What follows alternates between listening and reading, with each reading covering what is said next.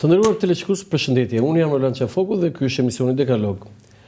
Më 12 nëntor të vitit 1946 në kanalin e Korfuzit u realizua çminimi i gjithë zonës ujore që ishte pjesë e territorit ujor shqiptar. Pse kishte ndodhur kjo? Pra 79 vjet më parë.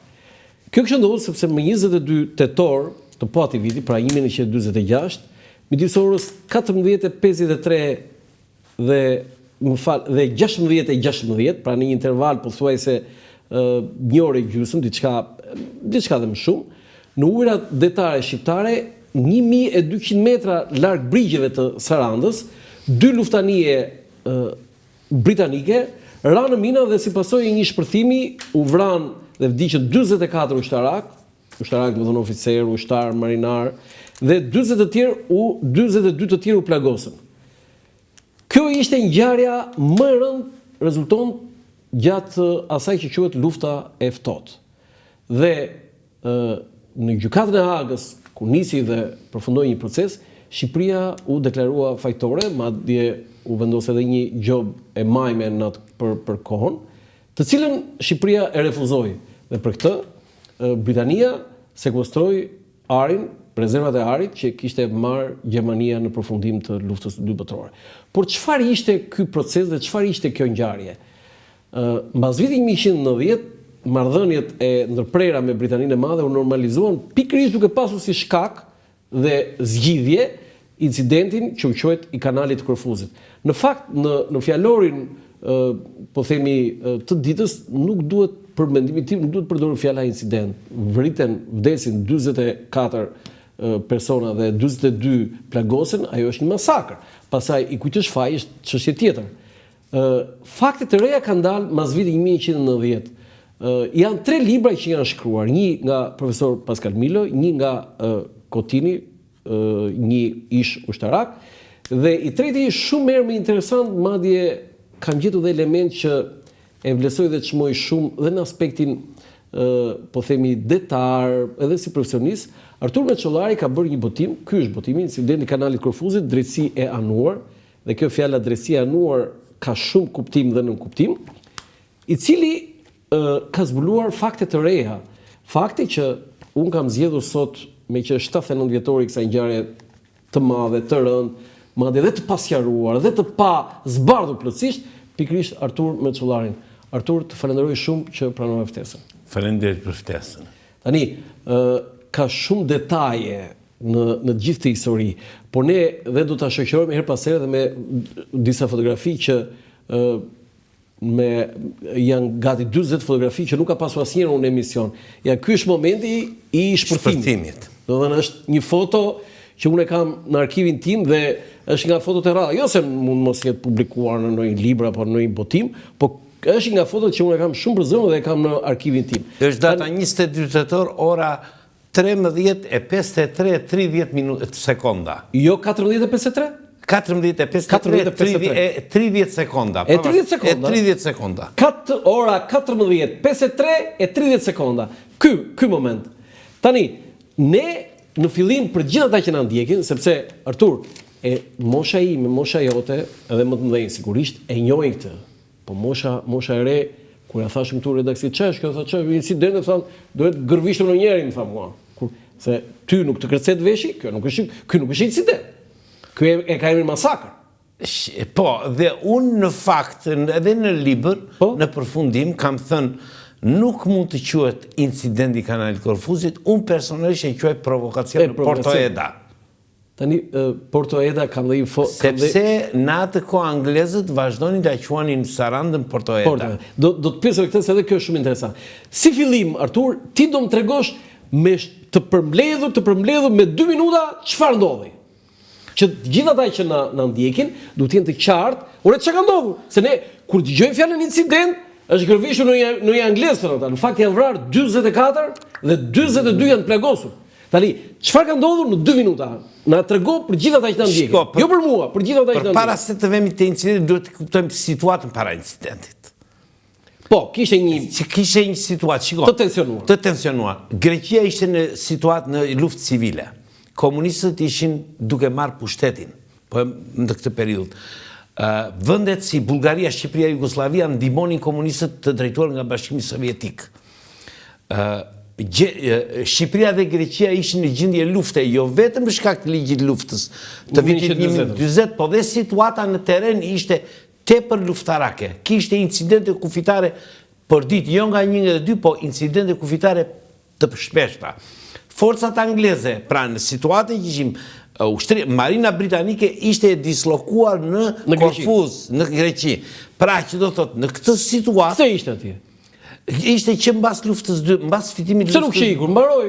Sepse Greqia në marrëveshjen e Jaltës ishte pjesë e Perëndimit. Po çdo dhe Britania le të ishte Perëndim. Po mirë, po Greqia është një nga pikat më interesante ose një nga interesat më të mëdha të Britanisë strategjik në Mesde, që është Greqia, Malta dhe Kipru. Po, dhe ndërkohë dhe ne, Jugoslavia ishte këmbkryq në Shqipëri. Këmbkryq në Shqipëri dhe kjo është element shumë i rëndësishëm. Dhe këtë do ta shikojmë mbrapa që si ndodhi incidenti. Po prit, jo, kjo situata. Shqipëria ishte duke aneksuar. Nuk u vendosën marrëdhënie me Britaninë. Jo, Shqipëria nuk vendosi marrëdhënie, por ata e njohin qeverinë shqiptare dhe në mars të vitit 46 marrëdhëniet u shkëputën për shkak të mos pranimit të kthimit të general të kolonelit të majorit Smith.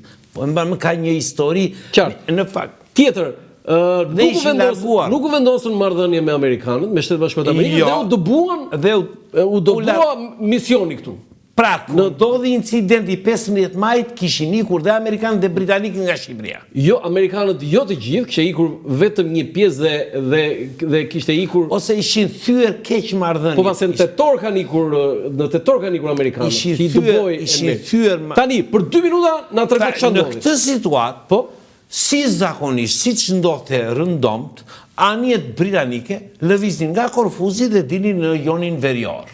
Mirë po. Jo, ma shpjegoj këtë. Pse dilin në Jonin Verior? Sepse kryenin veprime. Ku shkonin ata në Jonin Verior? Kryenin veprime, patrullime, venin bën port vizita, bënin çminime, sepse duhet të kuptojmë që mbas luftës 2 botërore, i gjithë deti adriatik ishte pothuajse i minuar. Atëherë çfarë ndodh? Është e rëndësishme. Britania dhe vendet e tjera të Evropës, ku Shqipëria nuk ishte pjesë, kishte kapacitetet e çminimi, bën çminimi e kanal, ne quajmë kanal, në fakt është një rrugë kalim për gjatë gjithë Bregdetit dhe në krahun lindor. Ishte një kanal i cili vinte nga Patrasi, vinte në Igumenic, vinte në Sarand, vinte në Korfuz, në Sarand, në Imar, në Vlorë, pra të gjitha anijet ku lëviznin nga jugu në veri apo nga veriu në jug, nuk kalonin sipas rrugëkalimit tanishëm, kalonin në këtë korridor që ishte pastruar. E do thënë se ishte pastruar kalonin aty. Kalonin aty. Dhe kjo ishte bërë në fund vitit 45 dhe 24-25. Në datën 22 tetor? Në 15. E para fillon në 25. Ke një parangjarje. Është një parangjarje.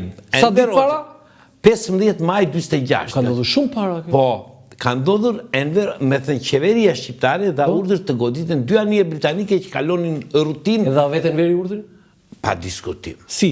Shikoni, se akoma s'kemi vajtur te ngjarja. Veprime të tilla nuk bëhen pa miratimin dhe pa urdhrin e drejtues e komandantit përgjithshëm, sepse jemi kopaqe. Jo, një sekondë, u futën, domethënë ideja është në 19 maj, tha? 15 maj u futën anijet britanike nga Korfuzi, nga Veriu për të vajtur në Korfuz. Dhe kaluan në ujrat tona. Po aty ishte kanali. Po mirë, ujrat ishin tonat? Tonat, kanë kaluar para Sarandës. Dhe Enveri dha urdhër për zjarr? Natyrisht. Jo për goditje, po për paralajmërim. Do të në ajër. Me thënë, me tejkalim ose me mosmbritje dhe nuk u godit. Me tejkalim do thënë me flurudha hark. Që të mos i prekte. Të mos i prekte. Ore, ata kur i pan, prit sa ta menin Enverin, si funksionoi? Jo, shikosisht. Anijet kalonin rutinë aty, çdo ditë. Po ditë, pse pikërisht atë ditën? Atë ditë ishte edhe në urdhër. E thjesht, atë ditë ishte në urdhër, nesër goditini. Pra, nuk ishte e pa pritur. Nuk ishte pa pritur. Jo, ishte e planifikuar. U qelluan. Atë ikën ata. Mbas kësaj, qeveria shqiptare në datën 21 maj, nxori një urdhër ekzekutiv që ndalonte kalimin paqësor të gjitha anijeve të luftës në territorin shqiptar. Pra, atë që bëri në 15 me armë, e bëri me ligj. Reagoi Britania? Natyrisht. Dhe çfarë tha? Sepse kjo ishte një ulje hunde, ishte një e Britanisë së madhe, fuqisë më të madhe detare deri në atë periudhë, të paktën për gati Ja mblodhi me vërtetë në veri? Tashti ata reaguan, Çfarë thënë? filluan lëvizje diplomatike, letrat me njëra tjetrën, që jo, qeverinë shqiptare akuzoi që kishte vepruar në kundërshtim me drejtin ndërkombëtar. Kush e nxiste Enverin të bënte këtë? Shiko, unë kam, kjo është e vërteta është që këtu nuk kemi një burim, por nga çfarë kuptoj unë, nga mbrapa gjithë historisë ka qenë Jugoslavia. Sepse qëllimi i Jugosllavisë mund të arrijë për aneksimin e Shqipërisë vetëm nëse izolohej Enver Hoxha dhe qeveria shqiptare. Ata nga Stalini e kishin izoluar, sepse Stalini e kishte dhënë viston që Shqipëria ishte kontaktet me Shqipërinë i bante vetëm nëpërmjet Jugosllavisë. Dhe e vetmja ishim në sqetullën e Jugosllavisë dhe e vetmja rruga tjetër e izolimit ishte perëndimi. Dhe incidenti ose situata e distancion dhe Shqipërinë dhe izolonte plotësisht si nga lindja dhe nga perëndimi. Pas ka qenë skem. Ishte, për mua ishte një skem. Një kurth. Kurth diplomatik. Kurth për të cilin ne kishim interes që ram. E donim që të binim në këtë kurth. Sepse dhe ne do më thënë Enveri. Natyrisht. Se jo të gjithë e kanë fjallën, se nuk kanë qenë. Por që është një situatë e cila... Okej, mbas saj deri në tetor, pati ndonjë problem? Nuk kaluan më. Nuk kaluan? Jo.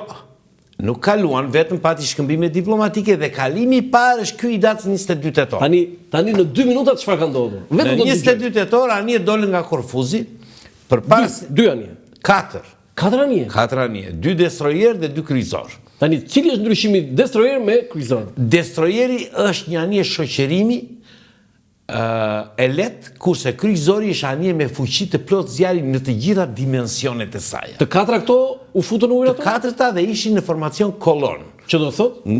Një. Është nga Korfuzi, erdhën deri përpara Sarandës, se kështu kalon te Rukalimi. Të lutem, foton e Sarandës. Ku? Është një skem që kanë. Kjo është foto e Sarandës. Me foto këtu nuk kanë hyrë. Nuk kanë hyrë këtu. Jo, kanë qëndruar diku në krahun e majt. Në krahun. Atëre, foto tjetër se e kemi sipas Sarandës. Po. Kopertinë e librit. Ja këtu. Ja, ky është kanali i pastrimit. Mund të çosh. Ky është kanali që pastroi. Që thatë juve, i pas. Po, dhe ky kanal vente deri në Trieste. Kalon kapte çdo port. Sa i gjerë ishte? 1 milje. 1 milje, 1 milje.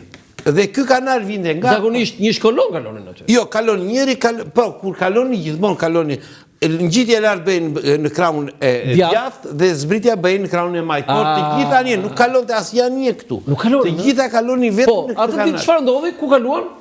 Përsëri këtu në 22 tetor. Po mirë, aty janë ujërat tona?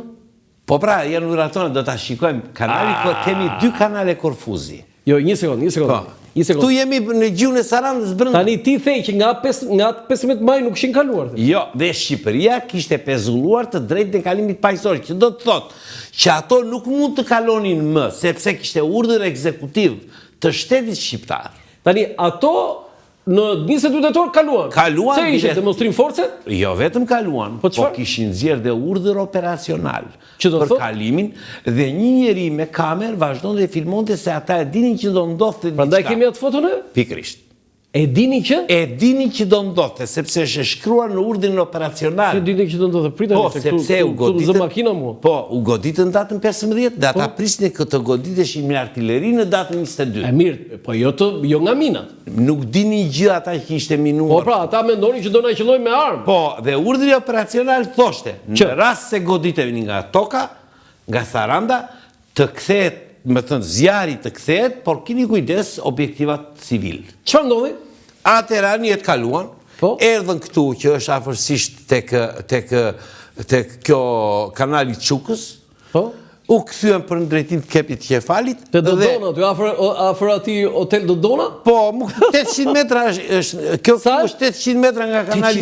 Kjo këtu është 1 kilometër e gjysmë, 1.2 kilometra. 800 metra është ajo nga kanali Çukës. Po, dhe bie para këtu. Po. Do gjithmonë në ujërat tona. Në ujërat tona, mu këtu ja ku është Saranda. Po. Bie këtu. Po. Suamares ishte e dyta në linjë. Ishte Mautedius, Suamares, Volazh dhe Linder. Po? Tashti, dhe bie e dyta. Po? Atere, komandanti i skuadronit, që ishte, ata nuk e prisnin goditesh nga toka. Dhe shpërtheu e para. Shpërtheu. Diqen X ushtar. 42 këtu kam vdekur. Vetëm tek ajo. Vetëm jo të dyja. Jo. Dhe atere komandanti i skuadronit, që ishte admirali Kenehan, dha urdhër ani e parë të niset në drejtim të kepit qefalit, ani e dytë të niset në drejtim të Korfuzit, dhe ania e tretë që ishte Volazh rimorkion Suamarezin dhe niset në drejtim të kundërt për të ardhur në Korfuz, po si pas kanalit. Po që ndodhi? Në momenti që kthehet dhe vin këtu, duke tërhequr Suamarezin, bie dhe Volazhi në minë. Tashti, këtu është historia më interesante. Se? Sepse Suamarezi bie në bash dhe i përkulet bash i anijes. Dhe Suamarez nuk lëviste dot më me bash, sepse e pengonte, ishte shqyr bash. Nuk e të rishte dot, do më thënë. Atëre qa bën komandanti i anijes, e pret bashin, shërron? Po, me oksigjen. Pak ishte ngelur, do më thënë, dhe ishte gati për të kthehet me kiq, e vendos Suamarezin me kiq dhe vetë ikën në bash dhe vetë ikën me kiq. Kjo është? Ja, pikërisht. Shiko si e ka tërhequr dhe ikën në këtë drejtim për në Korfuz. Do të kthehet? Po, kthehet. Sepse drejtimi është shtej. Po, ky është bashi i Suamarez. Do të bashi është pjesa e përparme. Merë, aty gjendet, kjo është Volazhi. Aty gjendet Suamarezi, e tërheq dhe ikën me kiç deri në Korfuz. Me kiç? Me drejtim nga mbrapa. Nga mbrapa, pjesa mbrapa. Bashi dhe kiçi. Dhe ikën mbrapa deri në Korfuz, derisa vend të dy anijet në Korfuz. Dhe në kujtimet e tij, ose edhe në dokumentat zyrtare që kanë ardhur më vonë të admiralit Kenehan, ai në fakt në të gjithë komentet e tija përmend komandantin e Volazhit si një nga heronjt e incidentit. Po mirë, ata të vdekurit ç'a ndodhen në ato momente? Ata tani një pjesë e tyre ishin anije. Të vdekur? Po, të vdekur. Dolën dhe në tokë, dhe u dorëzuan. Ku, në Sarand? Po, në Sarand. Dolën këtu. Kanë dalë këtu. Dolën, a? Po. Sa? Mund të këndër 2 ose 3. Dolën materiale, pa shumë materiale. Dolën edhe të mbjetuar? Jo, të vdekur. 2 ose 3 kanë dalë këtu në... Si dolën aty? Po dolën nga rryma. I nxori deti. Nxori deti. Jo vetë këta të plakosurit. Jo, nxori deti. Nxori deti, e? Nxori deti. Këtu në Sarand, kapiteni portit, që në atë kohë ishte Kel Nonaj, një oficeri ish marinës mbretërore, i diplomuar në 29 oficer, dërgon një lanç për t'i dhënë ndihmë, këta nuk pranojnë, gjithsesi ditën tjetër. E dërgoi një mjet lundrim. I dërgoi një mjet të vogël për të kërkuar ndihmë, nuk pranuan ndihmë. Nuk pranuan? Dhe ditën tjetër, dhe mbasi për një javë rresht, është bërë kontrolli të gjithë zonës dhe çdo material që gjendej merrej, grumbulloi dhe vendosej në fund autoritetet tona u treguan korrekte me këta për shembull të vdekurit, me këta pati korrektësi në trajtimin e çështjes, domethënë sepse ishte detyrë e shqiptarit, sepse Shqipëria duhet të sillej sikur nuk dinte gjë për minat. Tani do ta sqarojmë. Do kjo është ngjarja kaq. E gjithë kjo në sa kohë ndodhi? Kjo ka ndodhur, e gjithë ngjarja ka ndodhur në 3 orë. Domethënë nga ora, po themi 14:53 deri në orën 16:16. Këta kanë dalë nga Korfuzi në orën 14:10 dhe kanë ndodhur deri në orën 17:30. 14:10, 17:30 janë kthyer në Korfuz. Në Korfuz. Për 3 orë. Tani, si u përhap ky lajm? Në Britani, gazetat. Shiko, ky e para incidenti i kanalit Korfuzit është incidenti i parë i luftës ftohtë. Dhe i më i madh. Dhe më i madh. Dhe e dyta është rasti i parë që merr në shqyrtim gjykata ndërkombëtare e drejtësisë. I parë, ja? Me këtë ka filluar. Dhe është rasti unikal që nuk ka shkollë drejtësie apo marine në botë që mos ta studiojë. Dhe në akademinë tonë. Në tërë botën, në gjithë botën. Do të thonë kjo studiohet. Studiohet. Dhe në akademinë tonë ka të paktën 10 vjet që është futur si orë mësimi incidenti kanalit Korfuzit. Unë të paktën 3-4 universitete të Tiranës, private dhe shtetërore, e kam dhënë, jam thirrur dhe e kam trajtuar çështjen e incidentit. Do të thotë sot po jep një leksion. Po, e kuptova, jo me këtë pasqyrim kështu. Tani, kush e dha lajmin e parë? Lajmi funksionon nëpërmjet publik them unë. Gazetat, se atëre gazetat Perëndimi e ka dhënë i parë. Po jo Perëndim, po kush? E di këtë? Britanikët. Po e di cila gazetë? Jo, nuk e di. Këtë duhet bëjë studim. Këtë nuk e di se cila gazetë. Sepse nga pikpamja e mënyrës se si e trajtoi incidentin, nuk është objektiv kush e ka dhënë i pari. Jo, themi pari sepse interesi publik pasaj dhe kjo mediatik ka vlerë. Tani, çfarë ndodhi direkt? Reagimi i parë si ishte? Reagimi i parë ishte i jashtëzakonshëm në lidhje me incidentin. Që do thotë? Qeveria britanike akuzonte qeverinë shqiptare. Ore, bën një veprim me armë ata? Jo, nuk bën asi veprim. Jo. Pse? Sepse ata ishin përgatitur të goditeshin nga toka. Kurse këtu... Këtë se kishin edhe, se dini. Ja, këtu përsëri? Jo, kjo është tjetër gjë. Të lutem ktheu dhe njëra atje ku ishim. Pra, ata ishin përgatitur të goditesh nga toka. Këtu ata nuk e dinin nga ishin goditur. E para dhe e dyta. Pse? Sepse gjithë kjo zonë ishte e minuar, pavarësisht se kjo ishte kontrolluar. Ti nuk mund të veproje pa e ditur me 100% garanci që minat i kishte vendosur Shqipëria. Do të thënë, edhe një përgjith, ata që po na ndjekin. Këta ishin të bindur që ajo pjesa aty ishte e pastër. E pastër. Dhe befas ranë në minë. Por, që do të thotë që ishte vendosur ato ditë. Teorikisht po. Por prandaj u bë operacioni datës 12 dhe 13. Këtë që thashë unë fillim. Pikërisht pse? Sepse çfarë u zbulua?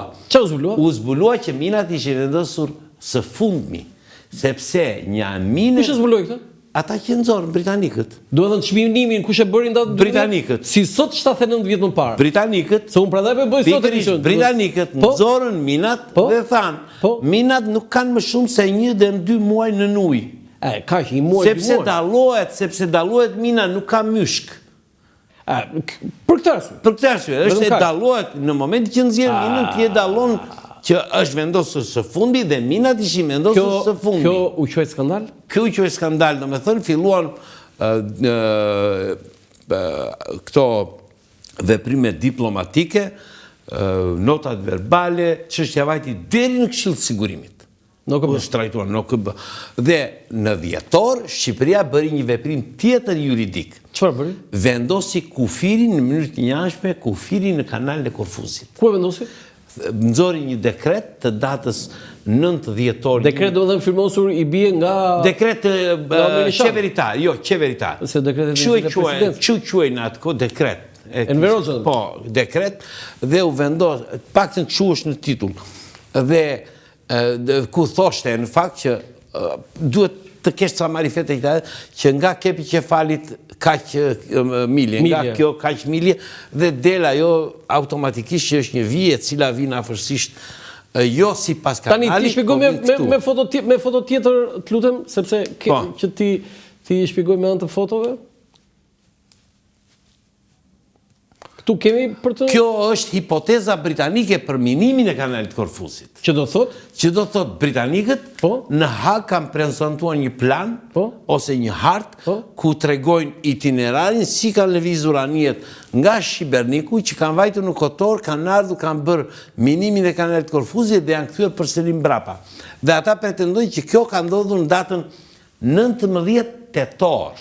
Pra 3 ditë përpara. 3 ditë para. Po, por kjo skem nuk u pranua në gjykat, sepse provat që u paraqitën nuk ishin të forta, ishin 2 ushtarak jugoslav, një civil dhe 2 marinar, i cili njëri pretendonte që kishte parë 2 dragamina të nisura nga Shqiberniku dhe tjetri pretendonte që kishte parë duke u ngarkuar me mina 2 dragaminat në Kotor. Po, Shqiberniku sot është e Kroacisë? Po. Dhe Kotori është e Malizzi? është i Malizzi. Dhe në këtë, dhe kjo skem nuk kishte prova. I Malizzi. A ishi Shqipërisë në fakt, po hajtë në e kanë marrë. Dhe të dy Jugoslavët u paraqitën në gjykat, por provat që ata paraqitën nuk ishin bindse dhe kjo skem nuk u pranua. Ra. Shqipëria u dënua jo me... Jo, pritani, pa filluar gjyqi. Pa filluar gjyqi, kush e kërkoi që të shkonte në gjyq kjo çështje? Këtu është thelbi. Shqipëria nuk e kishte detyrim të vente në gjykatë ndërkombëtare se nuk ishte antare e OKB-s. E si ishte bërë antare? Jo. Antare? Ne në dhjetor kishim bërë kërkesën ose në tetor kishim bërë kërkesën, tetor 26 kishim bërë kërkesën për të bërë antar të OKB-s. Dhe Këshilli i Sigurimit e shtynte shqyrtimin e kërkesës tonë. Pse? E pengonte Britania. Kishte ndodhur dhe incidenti edhe e pengonte Britania. Dhe kur ka vajtur Disni Kapua në datën 17 janar 1947 në Këshillin e Sigurimit, që ka mbajtur një fjalim, mbasi ka trajtuar çështje, sepse u trajtua çështja e incidentit kanalit Korfuzit, mbasi trajtoi që Shqipëria me Greqinë ishte në gjendje lufte, kishte incidente kufitare, bëri një pyetje. Si ka mundësi që Shqipëria ka bërë kërkesë për antarësimin e OKB përpara filan vendi dhe përmend një vend, dhe ai vend shqyrtohet nga Këshilli i Sigurimit përpara Shqipërisë.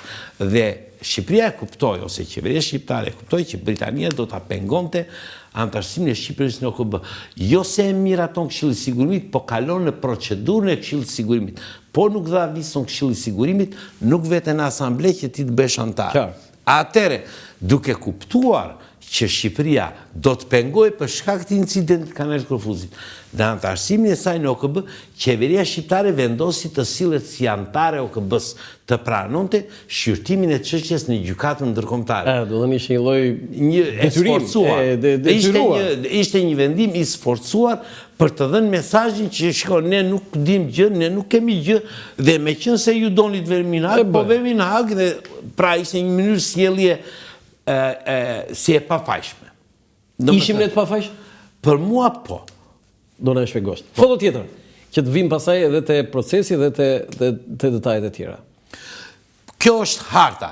Shiko, kanali Korfuzit ka 2 kanale Korfuzi. Një gjeografik dhe një juridik. Po, çdo të ndryshojnë këta? Ja. Ky është kanali Korfuzit, i gjitha hapësira ujore që gjendet këtu, që është nga kepi Qefalit deri te kepi Shën Katerinës dhe gjitha hapësira ujore, ky quhet kanali Korfuzit nga pikpamja gjeografike. Por nga pikpamja juridike për lundrim nuk është i gjithë. Është vetëm ky rripi i kuq, dhe këtu bëhet kon për shkak të hapësirës që duhet dhe në këtë kanal anijet kanë detyrimin televizin në kushtet e regjimit kalimit paqësor. Kështu quhet, ajo që do të thotë vetëm të hysh dhe të dalësh, nuk ke të drejtë të kryesh veprime që kërcënojnë sigurinë e vendit tjetër. Ngritjen e avionëve, në ndecën në gjendje të mbiujshme, aparaturat në sistem pasiv, jo në sistem aktiv. Nuk mund të qëndrosh në spirancë pa një arsye madhore. Jo në spirancë? Jo në spirancë. Pra, që do të thotë që nëse ky është kanali juridik dhe ky gjeografik, këtu jemi në hapësirën detare të Shqipërisë. Jemi në ujërat territoriale të Shqipërisë. Tani, foto tjetër se... Dhe kjo skemë është bërë nga unë, pa patur... Te ke bërti, po pse ke shkruar Port, jo Porto, Eda? Duaj Porto, e kam Porto Eda. Tu e ke Porto Eda, ti e ke gabim. Dhe çfarë ndodh? Këtë e kam bërë unë pa e ditur, pa patur asnjë hartë britanike. Po kjo? Kjo është harta origjinale britanike, dhe po ta shikosh kjo përputher. Po. Pra, kur unë bëra këtë, nuk e kisha këtë. Ti e ke bërë më mirë, ma tje? Kjo është hartë e bërë lundrimore, por që kështu ka ndodhur ngjarja, dhe po ta shikosh... Okej, foto tjetër? Që të arrin... Tani... Këto janë 4 anijet. Këto janë 4 që the? Po, kjo ra e para... Si ishin në një shkollon këto? Kjo e para? Jo, ishte kjo e para, kjo e dyta, kjo e treta, kjo e pashta. Dhe Linder. Linder? No, Linder. Tani, kush janë destroyer dhe kush janë... Kjo është kryqëzor dhe ky është kryqëzor. Këta të dy janë destroyer, pra 2 kryqëzor kishin vënë në mes 2 destroyerët. Po, ata do dhënë u ranë mina volazh? Po, raj pari Suamares, pastaj ra volazh. Okej, foto tjetër? Po, ky është momenti i rënies në minë. Ora 14:53 ka humbur 14:53 sekonda. Do të thënë, ti the që e kemi këtë moment për faktin sepse po filmonte dikush. Ata kishin plan operacional dhe dikush filmonte në anije. Po kush është ky? Një marinar. Marinar, Po, kishin vërë një njeri me kamerë për të media që vetëm filmonte. Dhe filmimi i bëj nga volazhi. Ti e ke parë filmimin? Po. E ke parë filmimin? E ka dhe... Në YouTube? Jo, e ka... Image? E ka dhe dritare filmimin. Kush e ka në arkiv. Kush e ka drejt? Rudina Gjunga, duhet ta ketë. E sigurt 100% që e ka. Kjo që nga yll fare. Sepse unë di, jo vetë nga që, po ka dhe dokumentat incident kanalit Korfuzit. Okej, foto tjetër? Po, kjo është mina. Ky është operacioni çminimit datës 12 e 13 nëntor 1946. Kjo është foto e pikërisht 4 fiks sot 79 vjet më parë. 4 dragamina britanike hynë në ujëra shqiptare, disa anije qëndronin jashtë, vetëm këto hynë dhe bën çminimin dhe çminuan 22 mina në gjiun e Sarandës. Shiko tani, si ka mundësi nuk kishin rënë anijet e tjera atje? Sepse u ndërpre trafiku. Nuk ka lënë më, ha? S'ka lënë më, u ndërpre trafiku detar, nuk kaloi më. Në moment që bie një anije në minë, trafiku bllokohet deri në pastrimin e saj. Dhe këto rrinin kështu mbi ujë? Apo ishim Jo. Po si ka dalë ajo? Kjo tani është prerë, e kupton, është shiko, si ndodh. Mina çminusit kanë disa kanë disa kavo që i treqin nga mbrapa që janë në formë vëje dhe ato kavot kanë të lidhura disa thika. Në moment që ajo kalon, kjo rrezikon kur kalon. Rrezikon, sepse kalon, kjo e para dhe këto thika qa bëjnë presin kavon e minës. Mina del në sipërfaqe dhe mbasi mina del në sipërfaqe, goditet me artilleri në anijës që azisohet dhe ky është metoda e azisimit. Ky është çmëntim. Ky është çmëntim. Dhe përveç saj ata nuk i azisohen të 22-ta, një ose dy i morën dhe i çuan në mal për ekspertizë. Po ta shikosh, kjo minë është pa myshk, që do të thotë që është freskët. Është e freskët. Dhe në këtë mënyrë, atë ditë janë çminuar 22. Wow, shumë. 2 u ranë në minë, u bën. Se ranë në minë, shpërthyen. Po 2 që shpërthyen datë 22. Ai që ishte ato dy. Thasë gjatë çminimit. U bën 24. Po. 24. Po kaq më 2 janë zbuluar në vitin 58. Ç'a thua? Po, gjatë çminimit 58-s u bën 26. 2 janë akoma nën ujë. Unë i kam të filmuar, e ke dhe fotot aty. Janë sot nën ujë në thellësinë 50 metra. Jo, nuk ka rrezik. Nuk ka rrezik, se janë thellësinë 50 metra. Kanë 79 vjet. Ja këto. Këto janë. Jo, më fal, jo, kjo është një tjetër, është një minë tjetër. Këto do ta shpjegoj çfarë është. Është një minë tjetër, është një pamje tjetër. Kjo është. Kjo është në 50 metra thellësi. Po mirë, kush e ka fotografuar këtë? Këtë e ka fotografuar ekspedita amerikane Ki shoqëra eurontare? Nuk i shoqëronte eurontare. Po kush i shoqëra? Shoqëruesi ishte Adrian Anastasi. Po, Adrian. Ai ishte bashkëdrejtuesi. Po pse s'ka rrezik? Sepse është në thellësinë 50 metra. Se vetëm po ta prekësh, po ta luash. Në thellësinë 50 metra nuk. Pse nuk e keni hequr këtë? Po sepse në fakt tani po ta ngacmosh atë është më me rrezik ta ngacmosh. Më rrezik. Është më rrezikshme ta ngacmosh. Mi, gjithsesi diçka duhet bërë atje. Nuk ka asnjë rrezik, as për lundrimin, për asnjë gjë. Po si mund të prekë një lik, një gjë? Nuk prek, është 50 metra thellë. Është 50 metra. Okej, foto tjetër që të shpjegojmë tani se ç'ndodhi më pas. Pra, dhe kjo është, dhe aty jam vendosur 30 mina. Do dhe gjithsej, e? Gjithsej. Wow, shumë mirë vendosur. Tani, foto tjetër që të bëj pyetjen e madhe kur e kush e vendosi minat.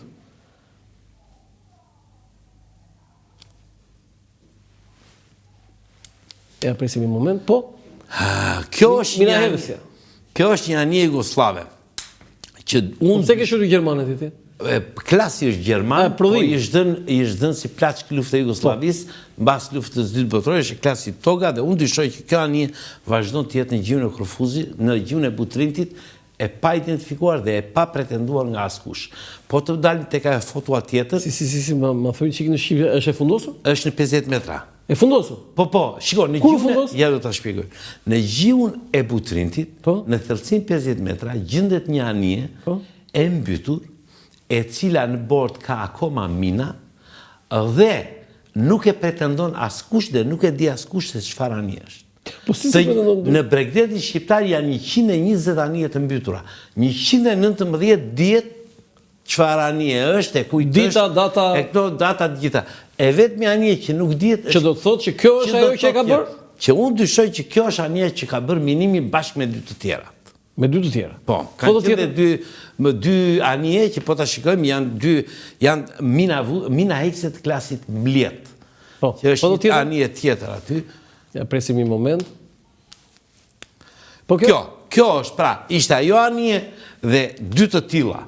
Dhe po të lexosh librin e profesor Anastasit, atje ka një radiogram të dërguar nga komandanti i Sazanit në atko me Vlan Dervishi, major Vlan Dervishi që ja dërgon shefit të shtatmadhorisë, Mehmet Sheut, dhe i thot, ka qenë data 17 shtator 1946, dhe i thot, për para bazës Sarandës kanë ardhur 3 anije jugoslave. Çfarë të bëj me këto? Nuk dinte gjë ai që do venin 3 anije jugoslave. Mehmet Sheut kthen përgjigjen. Të futen brenda në bazë me fonogram. Atëre me Vlan Dervishi i thot herën tjetër na njoftoni më përpara. Këto janë anijet që kanë bërë minimin e kanalit Korfuzit dhe data e minimit e sakta ngjarja anijet kanë Përkon? Anijet kanë hyrë në Sazan në datën 17 shtator në mbasdite. Minimi është bërë natën midis datës 19 dhe 20 shtator. A që në shtator, një muaj para. Po, një muaj para. Nuk është bërë në tetor, si që tonë britanikët. Data përkon 19, por jo në 19 tetor. Foto tjetër? Ja, presim një moment. Ja, kjo është anija. Anija e mbytur në kanalin e Korfuzit, që është në gjinë e Butrinit. Ja, kjo është mina që gjendet në bordin e saj. Kjo që thej që nuk ka pronar, nuk i del pronari. Nuk i del pronari. Po. E këto dhe athaja deri tani janë bërë vetëm 2 filmime. Filmimin e parë e ka bërë Instituti Arkeologjik Amerikan në vitin 2008, se ata në fakt shikosino, ata kërkonin për anija antike në bashkëpunim me Institutin Albanologjik. Dhe ata çfarë bënin? Bënin skanim të fundit detit dhe ku shikonin anomali, dërgonin robotin. Dhe këtu u pa një anomali në fundin e detit, pra që nuk ishte normale konfiguracioni, dërgohen dhe gjetën pikërisht këta anije në fundin e detit. Foto tjetër? Titaniku, do më thënë. Ja, presim një moment. Këta janë anëtarët e gjyqit. Ja, prita, tani këtu mund të ulesh këtu, se ndërkohë s'kemi hartë. Tani, zoti Meçollari, kush bëri padi për Nag? Britania? Jo, nuk u bë padi. Po ç'u bë? Shiko, në Hag vetë me një marrëveshje. U bë marrëveshje? Është ajo që ti shpjegove, po ne vemi në Hag, thanë shqiptarët. Po, dhe mbasi ti bie dakord, palët bën një marrëveshje speciale. Quhet ajo, special agreement, ku i shtrojnë, sepse ky është gjyq civil, nuk është gjyq penal. Nuk është atë dhe i shtrojnë... Jo, po në shpjego këta, tani atje në Hag është proces civil apo penal? Civil. është dhe marrëveshja, e kam dërguar. Jo, dakord, po pse, po jo, atje u vran 44 ushtarë? Problemi është që atje bëhet për përgjegjësinë civile. Nuk ishte për përgjegjësi penale. Po për përgjegjësi penale, nuk u bën. Ja, ky është. Ky është special agreement. Pra, palët përpara se të venin dhe i shtrojnë gjykatës 2 pyetje që kërkojnë përgjigje. Është Shqipëria përgjegjëse për datën 22 tetor, po në ligjin ndërkombëtar për shpërthimit, po për datën 22 tetor. Dhe e dyta është Britania përgjegjëse për datën 12 dhe 13 nëntor kur bëri pastrimin e minave. Këto janë 2 pyetje që i shtrojnë gjykatës dhe mbi bazën e kësaj marrëveshje, që ja ku është Beckett dhe Karaman Ylli. Pra, mbi bazën e kësaj marrëveshje ka filluar gjyqi. Po pse nuk kishte përgjegjës penal? Se u vran. Sepse duhet të dalë njëherë përgjegjësia, kush e ka përgjegjësi, e para një që nuk ka përgjegjësi penale në rastin konkret, sepse jemi në një situatë luftarake. Aty nuk kemi që të thuash përgjegjësi penale, duhet të shkelet e drejta ndërkombëtare e luftës. Ne jemi në kohë paqe, ka hyrë brenda, domethënë, se kjo është një lloj Pearl Harbor, po edhe në Pearl Harbor nuk ka përgjegjësi penale, sepse është situatë lufte. Ata nuk kanë shkelur rregullat e luftës. Pavarësisht se ardhra. Pa që ishe, i shpalli luft 2 orë për para se të bëj sulmi. I ka shpallu luft. Japonia. Po. Pra në momentin që ndodhje, e kupton dhe ishte... Tani mbi bazën e kësaj, filloi procesi. Okej, foto tjetër? Tashti, në gjyq ka pasur 2 histori, të cilat nuk shkojnë. Që do të thot? Që do të thot, e para Shqipëria mohoi minimin, që të ketë vënë minim, gjykata vendosi të ngrej një grup kontrolli, i cili erdhi në Saran, është një fotografi me ca oficerë që e kam hedhur unë aty. Ashtu. Dhe ata në përfundim dolën në konkluzionin jo që Shqipëria ka bërë minim, po Shqipëria duhet të ketë qenë në dieni për shkak të distancave kohës. Këta janë. Këtu në Saranta? Po, në Saranta 26 janë 29. Këta janë gjithë nga janë? Janë shtetet ndryshme, është grup i cili është një sistemun, si që vendosen ekspert, një grup ekspertës për të verifikuar, ndërkombëtar për të verifikuar. Janë ushtarak të ndryshëm. Bën verifikime të nësarë? Bën verifikime. Erdhen pan ku anja në minë, ku ishte fusha me mina, qa distancë ishte, si ishte koha, a mund të shikoj, pra po të ishte vendosur mina nga një shtet tjetër, a mundet të kështë parë Shqipëri, të kështë vëdhe Shqipëria, dhe këta doli në konkluzioni, dhe kjo doli dhe vendimin i gjykatës, Shqipëria nuk ka mundësit mos ketë që në dieni të vendosis minave. Jo që ka vendosur mina. Shu është, e? Po, pra dhe për këtë arsye, duke qenë se ti ke që në dieni të vendosis minave, je fajtor për këtë, sepse minat janë vendosur në ujërat e tua. Po, Shqipëria kishte profesionist në Hag?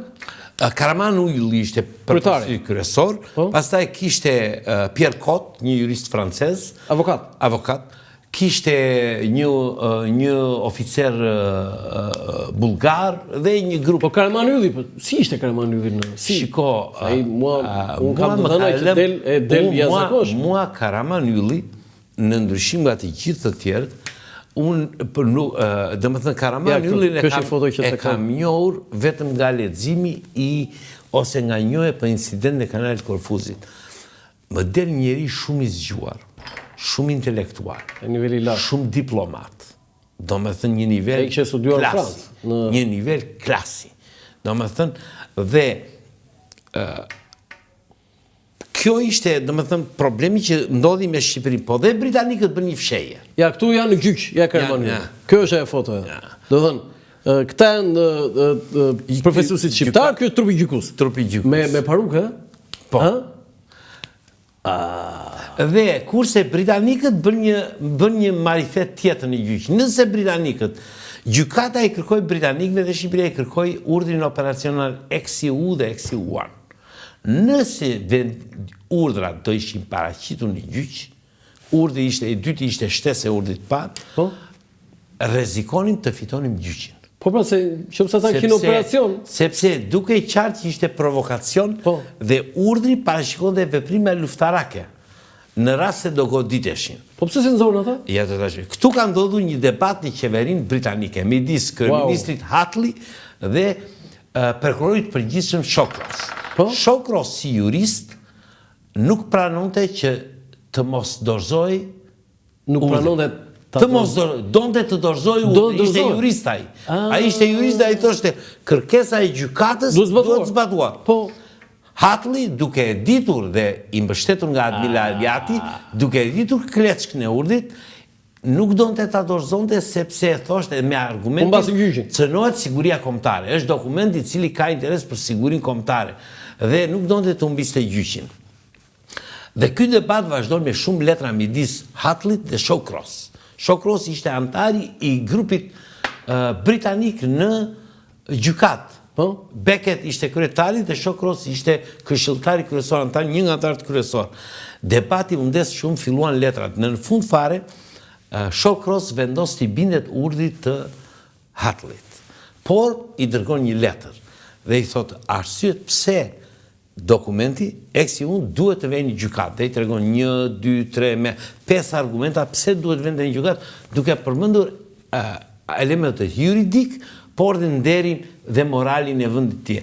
Por në fund i shkruan, gjithsesi, unë po e pranoj vendimin tuaj me argumentin vendi im right or wrong është vendim. Dhe këtu mbyllet debati dhe nuk vajti. Domethënë, ky ishte ai dokumenti që e ndante. Ai dokumenti që e ndante ishte. Nëse do dozoj, ne ishim të pafaqshëm. Thënë 99% fitonim gjyqin. Atëherë, çfarë ndodhi me gjyqin? Cili ishte vendimi i gjyqit? Vendimi i gjyqit ishte që Shqipëria është përgjegjëse për datën 22 tetor.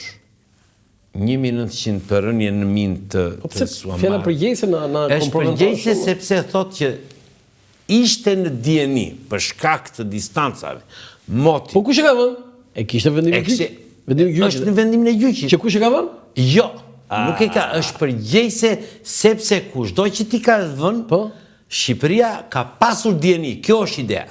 My country, right or wrong, it's my country. E këto me këtë ai mbyll historinë, shokët, që i bie dakord me Hatfullin. Dhe Shawcross. Po. Prokurori i përgjithshëm, prokurori i përgjithshëm i Britanisë së Madhe. Dhe në këtë mënyrë u vendos që në datën 22 tetor Shqipëria ishte përgjegjëse. Për datën 12 dhe 13 u vendos, gjykata vendosi që përgjegjëse është Britania.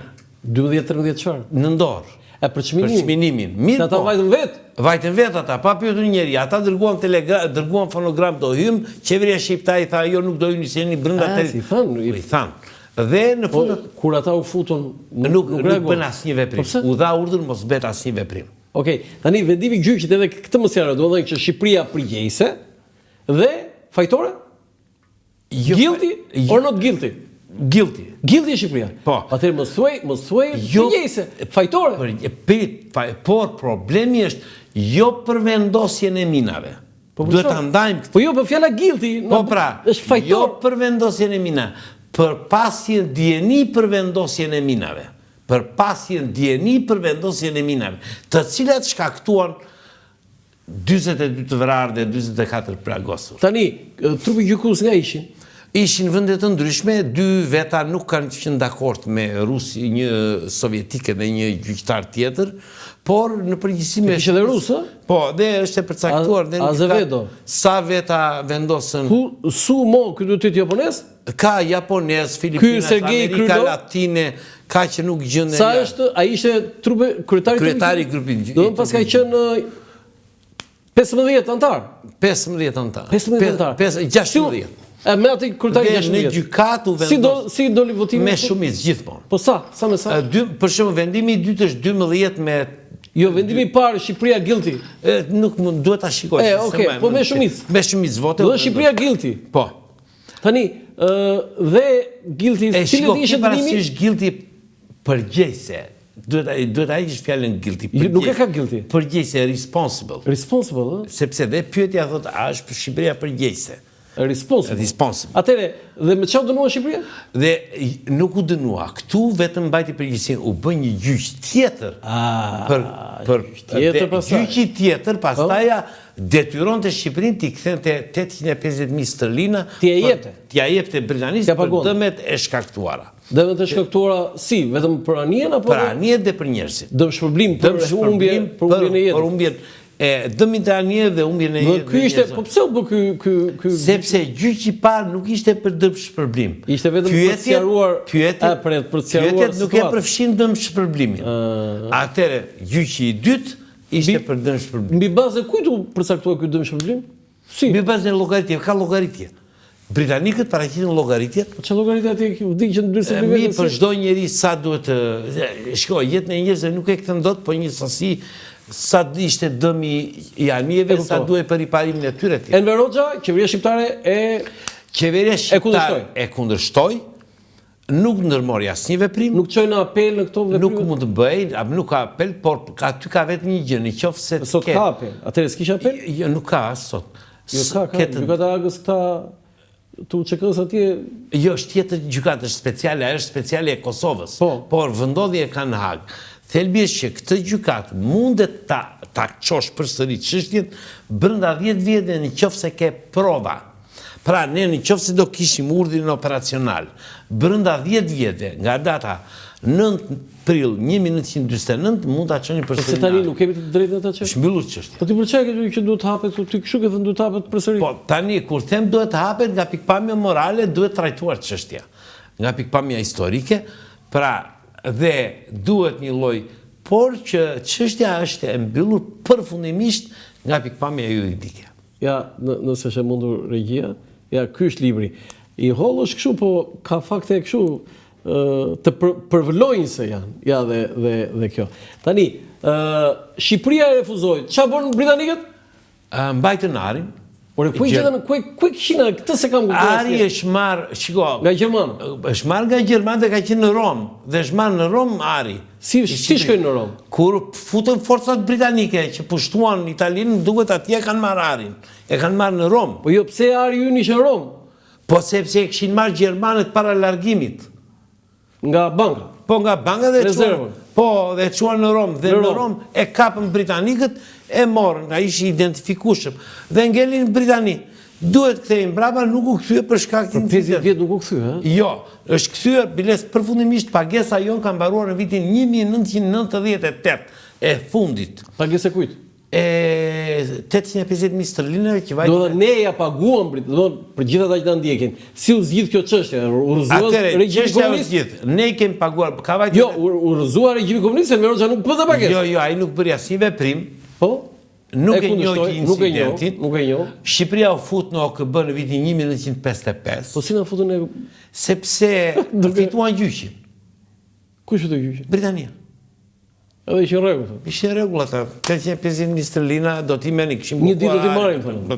Kishin bllokuar, ata dolën të fituar. Nga pikpamja dhe në këtë mënyrë, por në vitin 91 kur vendosën marrëdhënie, do të rrëzuar regjimi komunist, vendosën marrëdhënien u bën dy veprime. Po, një. E para, u bë pagesa. U bë pagesa. 850.000 sterlina. Sterlina që devajti gati 3 milionë ca euro. Dollar, po pra se në atë kohë 850.000 sterlina nuk është si nothing. Nuk është si nothing. Pra me gjithë indeksimin e konvertimit e tjera. Po ata na kthyën Arin?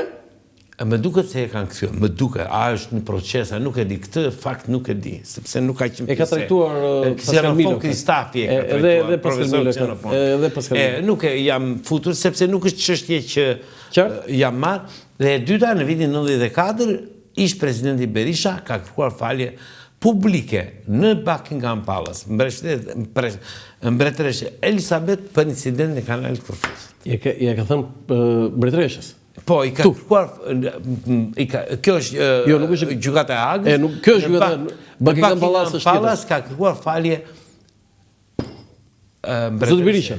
Po, Elizabetës. Po, për incidentin. Dhe si ka thënë që na falni për çfarë? Na falni për dëmet që u shkaktuan. Në më thënë për dhe për incident. Artur Meçollari na shpjego ose na u përgjigj pyetjes më të rëndësishme. Kush e minoi kanalin Korfuzit? Kanali Korfuzit është bërë nga anijet jugoslave me miratim të qeverisë shqiptare, të Enver Hoxhës saktësisht. Ekskluzivisht, nominalisht? Ekskluzivisht. Vetëm Enver Hoxha dinte? Jo, ishin 5 veta që. Kush e dini? Ishte Enver Hoxha. 1. Ishte Yusni Kapo. 2. Mehmet Sheu. 3. Mehmeti që ishte në atë kohë? Ishte shefi shtatë madhurisë. Shtatë. Enveri ishte ministri mbrojtje dhe ministri jashtëm dhe kryeministër. Ishte 3. Yusniu ishte ambasadori jonë në Beograd. E dinte dhe Abdi Mati. Abdi Mati ishte komandanti i marinës shqiptare. Këta e dinin. Këta ishin persona që e dinin. Pse do të ka ndodhur? Si ka ndodhur? Do të ata, hajde t'ju bëjmë këtyre njerëzve. Jo, mbas incidentit të datës 15 filloi tratativ, 15 maj filluan lëvizjet diplomatike, letrat. Në fakt duhet të themi dhe një gjë, në datën 15 maj, përpara incidentit të parë, britanikët kishin dorëzuar në ambasadën franceze në Beograd një letër ku kërkonin rivendosjen e marrëdhënieve diplomatike. Në momentin që ndodhi incidenti datës 15, kanë vajtur ka tërhequr letrën nga ambasada franceze, dhe sepse se kishte dorëzuar akoma ambasada franceze në ambasadën tonë në Beograd. Pra, ne nuk ishim dhe nëpërmjet ambasadës franceze do dorëzohej ambasada jonë, por incidenti ndodhi aq shpejt sa që ata mundën të tërhiqin letrën nga ambasada franceze, letrën që në Jugosllavët i thanë në veri do vëmë minim. Tash ngjarja ka ndodhur në datën 16 gusht 1946. Minim. Jo, vendimi për minimin. Ka ndodhur në Blet, është takuar Enver Hoxha dhe Tito. Enver Hoxha vinte nga Blet ku bie? Në Sloveni, në Sloveni. Ishte rezidenca. Tito ishte me pushime. Enver Hoxha vinte nga Moska. Po, dhe takoi aty. Dhe takoi në Blet. Dhe aty është marrë vendimi. Një gjë është... Si është marrë vendimi? Si ka thënë Tito që do ta minojë? Këtu është problemi, që ne nuk dim sot nëse e ka propozuar Tito dhe e ka miratuar Enveri, apo e ka kërkuar Enveri. E ka kërkuar Enveri dhe e ka miratuar Tito. Në gjykimin tim, për shkak të raporteve që kishte Shqipëria me Jugoslavinë dhe objektivave që kishte Jugoslavia unë ky është vlerësim, them jam i mendimit e ka propozuar Tito dhe e ka miratuar Enveri. E ka kërkuar, propozuar. Jo, e ka kërkuar Tito, domethënë në gjykimin tim është pak se avancuar në atë kohë Enveri të bënte një kërkesë të tillë, domethënë nuk më duket normal. Dhe i tha që bëjmë ne. E bëjmë ne. Dhe u nis nga Shqipeniku? Prit, do bëj planizimi. E mirë, do bësh që... Atëherë planizimi është bërë në Split. Wow. Ishte komanda e Marinës dhe është bërë në datën 29 gusht. Atë ditë në Split ka vajtur komandi Marinës Abdi Mati. Ka vajt atje? Ka vajt në Split. Me argumenti për të blerë disa barka. Por ka qenë në Split. Dhe kur anije Jugoslave kanë ardhur për në Shqipëri, për para se të vinin, Jugoslavët kanë kërkuar me do mos do që Abdi Mati të ishte në anije. Të ishte në anije kur të bëj minimi. Atëherë, anijet janë nisur në datën 16 shtator dhe kanë ardhur për para Sazanit 3 anije në datën 17 në bazë dite. Historia që ti tregova. Por, Abdi Mati nuk ka qenë në Sazan atë. Nuk e qenë? Jo, sepse po t'ishte Abdi Mati në Sazan, nuk dërgonte fonogram komandanti Sazan me Blan Dervishi në shtatë madhëri. Qa janë këto? Qa janë këto 3 anije? Dhe erë tjerë në njoftoni. Abdi Mati ka vajt të nesërmen, datën 18 ose natën ose të nesërmen. Dhe ka vajtur me motovedetën Mujo Ulqinaku, do të shikojmë të Spirokotes. Po, ajo është histori tjetër. Dhe? Prit, në datën 18 në darkë nisen 3 anijet dhe në bordin e anijeve gjendet Abdi Mati dhe Mevlan Dervishi. Ja, pasaj do të komentoj. Gjendet në bordin e anijes. Nisen dhe ven në Kep Qefalit. Kur ven në Kep Qefalit, artilleria bregdetare shqiptare i godet me top. Kë godet me top? 3 anijet Jugoslave. Wow. Sepse që në 15 janar, 15 maj ishte edhe në urdhër të gjitha anijet ushtarake pa paralajmërim që kalojnë ura të goditen. Dhe divizioni dhe Shefqet Peçi që ishte divizioni komandit Gjirokasës nuk dinte që do kalojnë anijet Jugoslave. Kthehen anijet mbrapa. Vinë Sazan rreth 19 në mëngjes. Dhe nisen prapë në 9. Kjo që theti qëllohen, dhe qëllohen ajër. U qëlluan për të godit paralajmërim. Gjithmonë bëhet paralajmërim para se të. Atëre kthehen mbrapa. Në 19 në darkë nisen prapë për në Sarand. Këtë radhë ishte njoftuar Shefqet Peçi dhe nuk u goditën. Bën minimin, u kthye në Sarand në datën 20, në datën 20 lën Abdi Matin dhe Mevlan Dervishin në Sazan dhe nisen për në Jugoslavi. Dhe Abdi Mati kthehet me motovedetën Mujo Ulqinaku për në Durrës. Pra, ekuipazhi Mujo Ulqinakut e ka ditur se kush e ka bërë minimin e kanalit Korfuzit. Je i bindur për këtë? Je i bindur për këtë? 100%. Do dhënë, kjo është motovedeta Mujo Ulqinaku, që ka një histori të jashtëzakonshme, po them. Edhe është bërë skenar, është bërë film Dueli i Eshtur. Ora i film pse quhet Dueli i Eshtur? Ata uranë 3 vetë aty. Dueli i Eshtur ka parasysh për arsyen pse duhet iknin, jo për luftën. Duel? Dueli ishte me Britanikët, nuk ishte kjo është me Britanikët. Me Shqipëria me Britanikët, ky është dueli. Sepse argumenti përse ata u aratisën ishte për të vajtë në Hag. Shiko, ki parasysh, kjo ngjarje ka ndodhur në 1 qershor 47. 2 Jugoslavët që janë aratisur nga Jugoslavia dhe kanë vajtë një gjykat, kanë aratisur në shtator, tetor 47 në bazës dështimit të kësaja. Në bazë dështimit? Bazë dështimit. Se ati u dëshmonë kundër Shqipërisë 2 Jugoslavë? 2 Jugoslavë. Dhe çfarë thanë ata? Dhe ata, njëri tha që unë kam parë që 2 dragaminat janë nisur nga Shqiberniku, tjetri tha Popovi, tha Unë tha, kam parë tha 2 dragaminat që të mbushen me mina në Shqipenik? Në Kotor. Kotor, ekipi që vajti në Sarand, vajti dhe në Kotor. Se kjo ta e kam parë nga taratës e shtëpis. Dhe vajti hipin taratës e shtëpis dhe pa vëndin nga ai pretendon të kishte bërë marrje e minave dhe ndolin konkluzionin që ky nuk mund të ketë parë dot marrjen e minave. Tani, kjo është motovedeta Mujo Ulqinaku. Për gjithë ata që na ndjekin, është një histori e jashtëzakonshme që është bërë skenar i filmit Duel i Eshtur me skenarist të Nasho Jorgaqit. Ai është skenarist dhe Dimitri Anagnosti është regjisor. Një film i bukur, në një motovedet, i gjithë filmi 1 orë gjysmë, gati 2 orë film vetëm aty. Ideja është një marinar që s'dinte asgjë, i ndodhur befas me 3 persona, një që ishte kapter i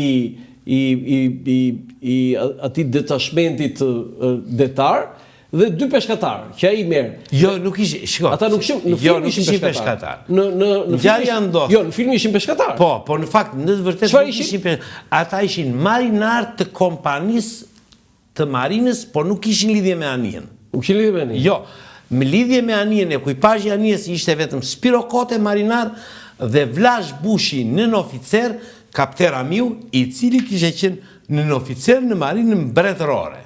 Po, dhe këta në një farë mënyrë e rrëmbyen motovedetën. Dhe personi i cili ishte kyç në dëshmin në Ag ishte Vlash Bushi. Ai e kishte parë, kishte eksperiencë çka kishte ndodhur. Spiro Kote mund të kishte qenë Sazan, apo mund të kishte qenë këtë, nuk e di, por Spiro Kote dhe të kishte qenë mund mos e dinte pse. Por Vlash Bushi ishte person me eksperiencë. Këta e rrëmbyen. Këta morën anijen. Që ai të vinte të dëshmonte në Ag.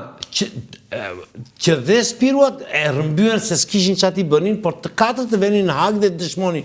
Ngjarjen që kishte ndodhur në datën 19 shtator 1926. Tani, këtë Bushin e blen, shiko, që kemi ofruar. Ja do ta shpjegoj se kjo është. Shiko, un kam bindjen, kjo është bindja ime personale, që Bushi nuk është rekrutuar nga britanikët, por nga italianët. Nga italianët? Po, sepse në Shqipëri, në vitet nga viti 26 dhe në 39, komandantë të marinës shqiptare dhe gjithë drejtimi marinës shqiptare ka qenë nga italianët. Dhe ata, në qoftë se ti nuk demonstroje frym pro-italiane, të largonin nga marina. Largonin, no? Të largonin nga marina. Kjo ka ndodhur me 5 oficerë që marruan në Turqi që i telendisën, derisa i quan për indoktrinim në Itali, një vit që i sollën që i emëruan, nuk i emëronin. Mujo Ulqinakun e kanë hequr 2 vjet nga marina si anti-italian. Midis viteve 32-34. Do të thënë prandaj i gjojti me mitroloze. Shiko, Mujua kishte një alergji faktikisht për italianët, që shpejt. Sepse Mujua është nga të vetmit marinar shqiptar që ka qenë në marinën shqiptare para 44-s nga dita e krijimit të marinës dhe në ditën e shkatrimit. Ka qenë nga data nga 15 shkurt i vitit. Okej, mos kalojmë te. Do kemi ndërprerje publicitare dhe do na tregosh historinë e filmit Duel i Eshtur, po histori reale, jo skenarin e filmit. Publicitet dhe kthehemi sërish në studio. Për herë të parë në Shqipëri dhe Evropë, përmes aplikacionit të reja, zhvilluar nga Akinvest, mund të dërgoni para me MoneyGram në të gjithë botën, direkt në telefonin juaj. Dhe kjo do të kushtojë sa gjysmën e komisionit që do të paguanit nëse ju do të shkonit në çdo sportel. Mjafton të shkarkoni aplikacionin e reja për Android dhe iPhone, të regjistroheni si klient dhe menjëherë do të dërgoni para në të gjithë botën, me MoneyGram vetëm me gjysmën e komisionit. Bëj zgjedhjen e zgjuar, dërgo para me MoneyGram në aplikacionin e reja. Faleminderit, jemi në studio. Falenderoj edhe një herë institucionin monetar MoneyGram Akinvest që mbështet emisionin dhe kalon këtu në Dritare TV me sloganin transferoj shpejt, gjithmonë më shpejt kudo dhe kudo. Tani na trego si është historia e rrëmbimit të motovedetës Mujo Ulqinaku? Se e bukur kjo dhe motovedeta me emrin Mujo Ulqinaku. Shko, motovedeta, zakonisht motovedeta. Ja, kjo është, po, motovedeta origjinale, po shumë e vogël, me gryn si peshkare. Kjo në fakt ka qenë mbytur në Sarand. Si ka qenë mbytur? Ka qenë mbytur në Sarand. Edhe u nxor? U nxor nga uji, u soll në Durrës, u riparua në kantierin e Durrësit, kantieri marinës dhe në 23 prill 46 u hodh në ujë. Po? Është momenti i edhjes në ujë. Ti këte... Se sa u othu rrëmbyr? Jo, 23 prill 26. Ngjarja ka ndodhur 1 qershor 47. Dhe në fakt kjo është foto model që ti e shikon gjithmonë për 15 gushtin që është festa e flotës, 45, po në fakt kjo është.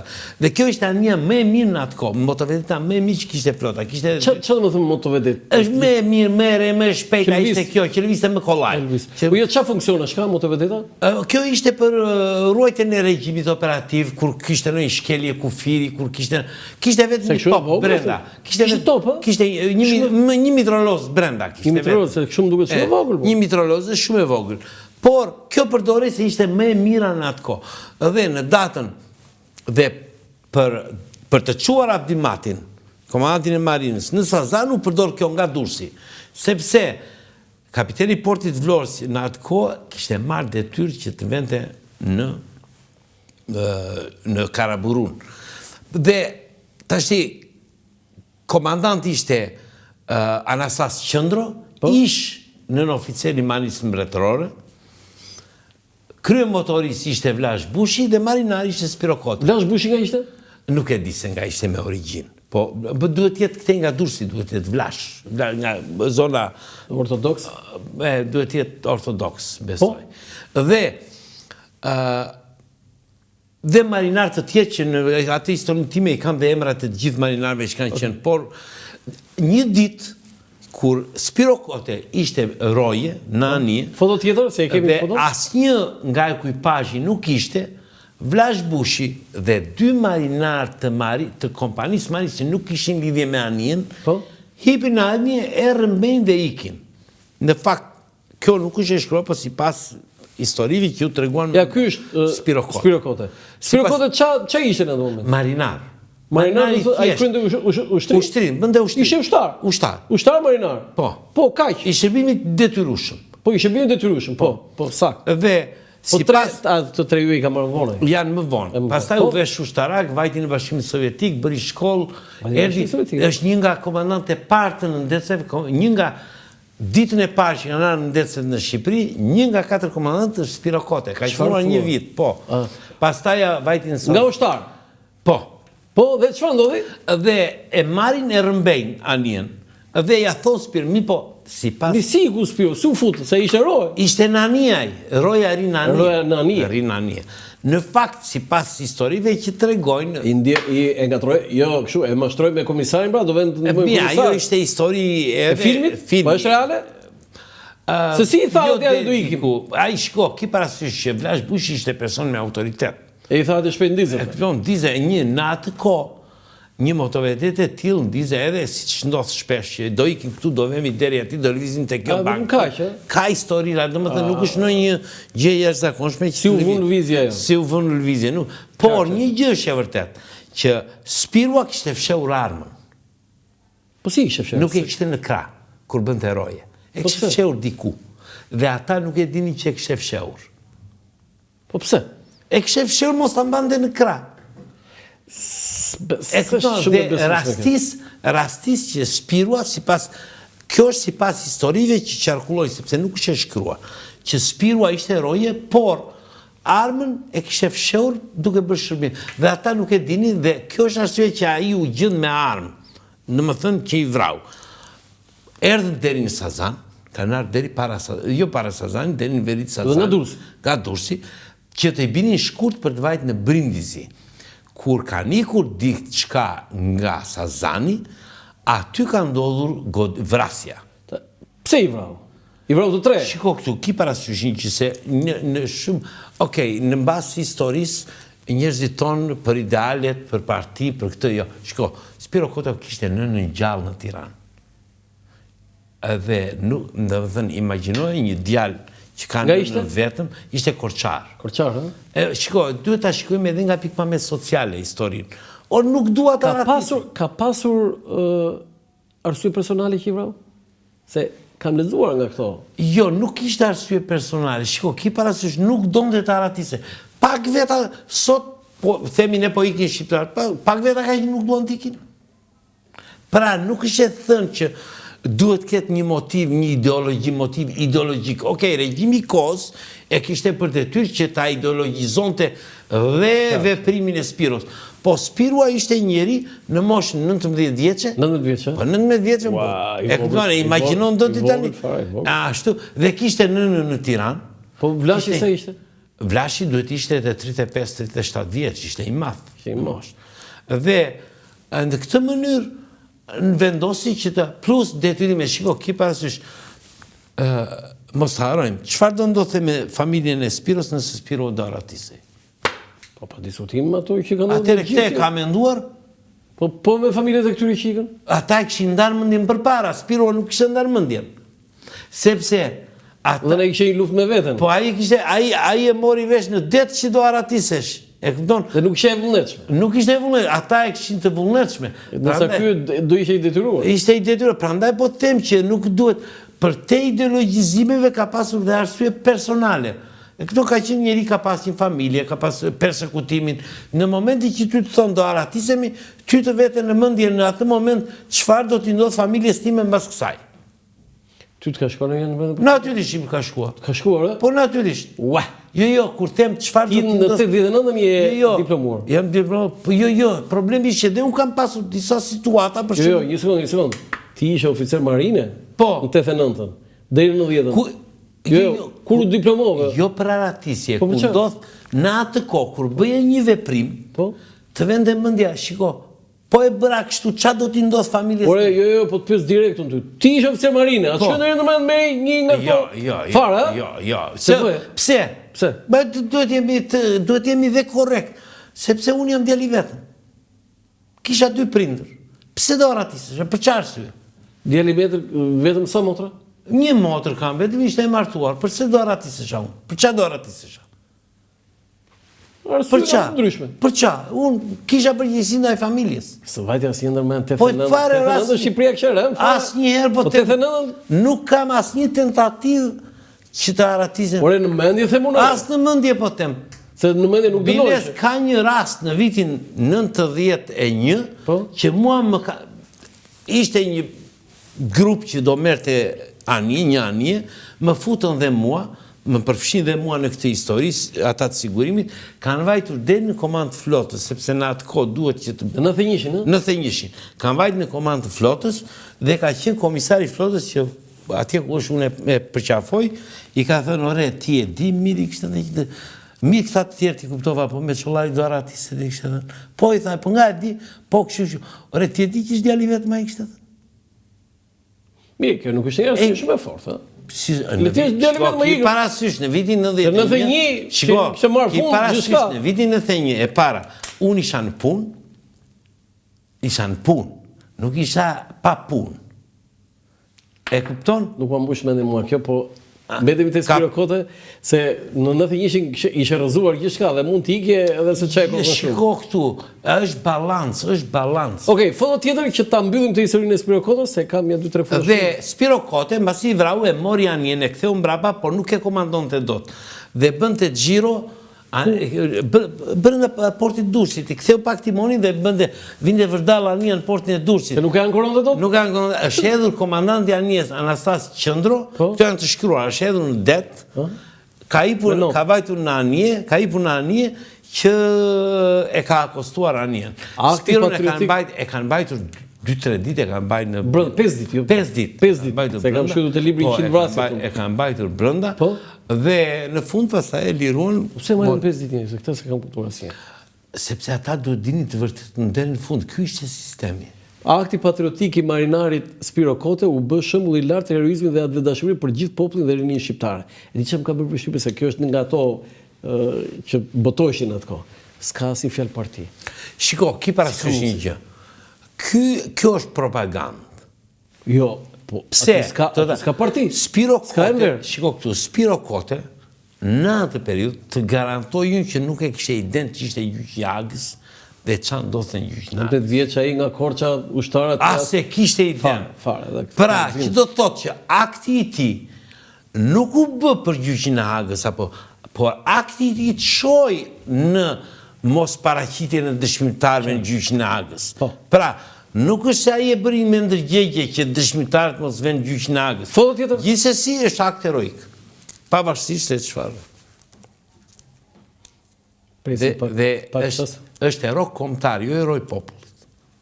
Është hero kombëtar. Hero kombëtar vetëm se në bëjmë kemi. Kështu e ka titullin. Hero kombëtar. Po, ti më ke dërguar këtë foto, kjo i jetë. Kjo e kaluam.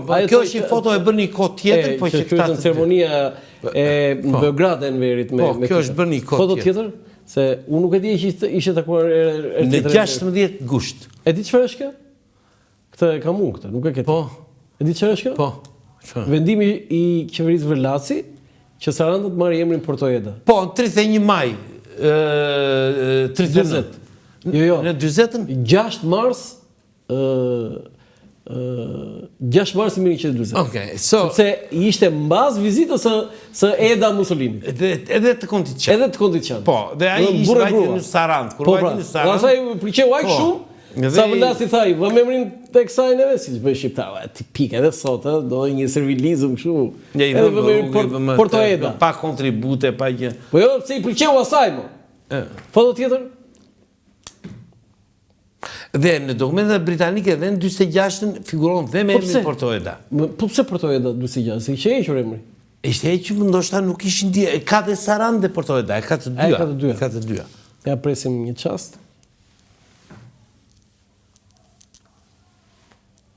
Jo, janë ato fotot në fund, e këta janë gjyqtarë. I kaluam këta, jo, i kalojmë këta. Në fund janë disa foto, ju lutem regjia, janë disa foto që lidhen me aktin e Spiro Kotës edhe te filmi Dueli i Heshtur. Është edhe një poster i filmit Dueli i Heshtur. Do të fotoja duhet të jetë 31, 32, 33, 34, 35 me numër. Ka qenë gati 40 foto, që janë ja të ndihmoj regjin, në fund kemi foto Spiro Kote, heroi me ushtarët. Kështu e kam shkruar unë. Shumë foto bukur, sepse aty tani do më tregosh Spiro Kote mua aty që bëri shkollën në Bashkimin Sovjetik. Për Marin. Për Marin. E çoj me urët e Enverit? Po. Po pse? Shiko, ka shumë njerëz. Okej, dëgjon historira shumë për Spiro në këto. Shiko, Spiro Kote nuk ishte profesor doktor, ishte hero. Duhet të ndajmë ca gjëra. Bukur kjo. Nuk ishte profesor doktor. Nuk ishte akademik. Ishte hero, nuk ishte akademik. Nuk ishte akademik. Dhe heroi... Ja këtu, ky në mes, Po. Ky me... Spiro Kote këtu është në viteve 80 dhe ca. Kjo, dhe heroi ka të tjera karakteristika nga akademiku. Ai me një akt ngelet në përjetësi. Akademiku do punë, ai me një akt ngelet në përjetësi. Prandaja nuk ka asnjë arsye pse hero kombëtar dhe hero kombëtar një kemi. Jo, atëre ishte titulli, quhej hero kombëtar që më vonë u kthye heroi popullit. Kishte një. Tani këtë e bëni kështu për treguar këtë histori. Po, për treguar histori, për të. Si vrau, 3 veta. 3 veta dhe në atë motovedet aty. Shiko, aq ishte më ata bashkë. Ata bashkë. Tek filmi ball për ball, Ania. Po, fotoja tjetër që është Ania shumë e madhe. Po, pra është Ania e madhe, ë? Po, ajo është silur kapse. Është tjetër gjë. Është tjetër gjë. Tani do na tregosh për filmin Dueli i Heshtur. Po. Është fotoja 36. Ajo mua më ka bërë shumë përshtypje, sepse këndet e planit të kamerës aty janë çuditshme dhe prandaj po thosha unë që si mund ta kapte kamera atë. Si e kanë luajtur ata aktorët? Shiko. Si skenari një? Skenari po ta shikosh me vëmendje përputhet me ngjarjen në shumë elemente të saj. Përputhet, ë? Përputhet. Kur e ke parë ti për të parë? Po që ka dalë. Ja, Rikard Ljarja, Reshat Arbana, Ndrek Luca dhe Bujar Kapetxhiu. Se më thoshte gazetare ore se është Bujar Kapetxhiu ai. Fitore Islam tha, ë? Për shëndetin tim dhe të bukurave sinjorina. Dhe Rikardi ishte marinari. Spiro Kote. Dhe ngjarja, nuk e di, ke lexuar raportin e ngjarjes? E kam lexuar sepse e kam pjesë të librit Qindvrasjet. Po ta shikosh, raporti i ngjarjes përputhet në shumë element në linja të përgjithshme me filmin, në linjat përgjithshme, me skenarin. Nuk përputhet për shumë, po marrim rastin e emri Kapten Ramiut, që është Vlash Bushi. Emrat e dy marinar, e dy civilve, që ai thot peshkatar. Islami dhe Bepini. Në fakt ishin dy marinar si Spirokotja. Në fakt ajo, mua më ka bërë përshtypje, ta zinin peshka aty. Filli Spanja aty. Metoda e mashtrimit ka qenë më e lehtë se sa shtregohet në film. E kupton sepse ishin të gjithë të veshur me uniformë. Megjithatë e besueshme. Më e besueshme, më e lehtë për të mashtruar, e kupton? Nuk është ndonjë. Tani kur e pe filmin për të parë, domethënë i pikë gjërat reale, e ka bërë fiks apo jo, në atë kohë isha, mund të kem qenë 10-12 vjeç kujt, se sa kur ka dalë filmi. Jo, unë po them kur ishe marinar, që ke parë kur ishe oficer marine. Shko, unë e vërteta është që në lidhje me unë nuk e kam takuar asnjë Spirokotën. Asnjëherë? Jo, nuk e. Se takove më. Se kam takuar. Po mi për i katlarin e takove në një. Nuk më ka rastisur, por kur më ranë në dorë dokumentat e ngjarjes, dhe i lexova, dhe mbasi bëra dhe librin, që për incidentin e Kanalit Korfuzit dhe zbulova lidhjen midis motovedetës Mujo Elçinaku dhe incidentin e Kanalit Korfuzit, kuptova në tërësi çfarë kishte ndodhur në datën 1 qershor 1947. Dhe prandaj them në linjat përgjithshme, skenari është i bazuar në ngjarjen reale, përveç disa elementeve që është madhësia e anijes. Po, e the.